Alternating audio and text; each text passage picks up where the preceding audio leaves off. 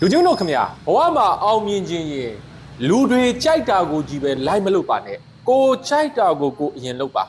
ကိုကြိုက်တာကိုကိုလုပ်ပြီးမှအဲ့ဒီအရာကိုလူတွေကြိုက်အောင်လုပ်ပါလူတော်တော်များများစစူးစမ်းတာနဲ့လူတွေကြိုက်အောင်ပဲလိုက်လုပ်နေတာနဲ့ကိုယ့်ရဲ့တန်ဖိုးထားမှုနဲ့တဖြည်းဖြည်းဝေးကွာလာတတ်တယ်ကိုကြိုက်တာကိုကိုလုပ်ပါပြီးမှအဲ့ဒီအရာကိုလူတွေကြိုက်အောင်လုပ်ပါလူချင်းတို့လူတိုင်းမကြိုက်နိုင်ဒါကိုသတိပြုဖို့လိုတယ်လူတိုင်းဆိုတဲ့လူတိုင်းကြိုက်အောင်လုပ်မယ်ဆိုတဲ့စကားကတော်တော်ဆိုးတယ်နော်လူတိုင်းမကြိုက်နိုင်ကဘာပေါ်မှာလူတိုင်းကြိုက်တဲ့ brand ဆိုတာရှိကိုမရှိဘူးဘလောက်ပဲကဘာကျော်တဲ့ brand ဖြစ်ဖြစ်အဲ့ဒီ brand ကိုမကြိုက်တဲ့သူကရှိကိုရှိကဘာပေါ်မှာလူတိုင်းအားပေးတဲ့ဘောလုံးအသင်းဆိုတာရှိကိုမရှိဘူးဘလောက်ပဲဒီကဘာလုံးကအားပေးပါတယ်ဆိုတဲ့ဘောလုံးအသင်းရှိအဲ့ဒီအသင်းကိုအားမပေးတဲ့သူကရှိကိုရှိဒါကြောင့်အဓိကကကိုယ့်ရဲ့အများနဲ့မတူတမူထူးခြားမှုကိုတန်ဖိုးထားတဲ့ right group မှန်ကန်တဲ့အဖွဲ့ကိုမှန်မှန်ကန်ကန်ဒီ group ကိုကဆက်သွယ်ဆောင်ရွက်နိုင်ရင်လူချင်းမင်းရဲ့အောင်မြင်မှုကိုရရှိမှာဖြစ်ကိုယ့်ရဲ့အများနဲ့မတူတမူထူးခြားမှုကိုတန်ဖိုးမထားတဲ့သူတွေကိုတွားပြီးတော့ကျွန်တော်တို့ဆက်သွယ်ဆောင်ရွက်ရင်လူချင်းတို့အောင်မြင်မှာမဟုတ်ဘူးဒါကြောင့်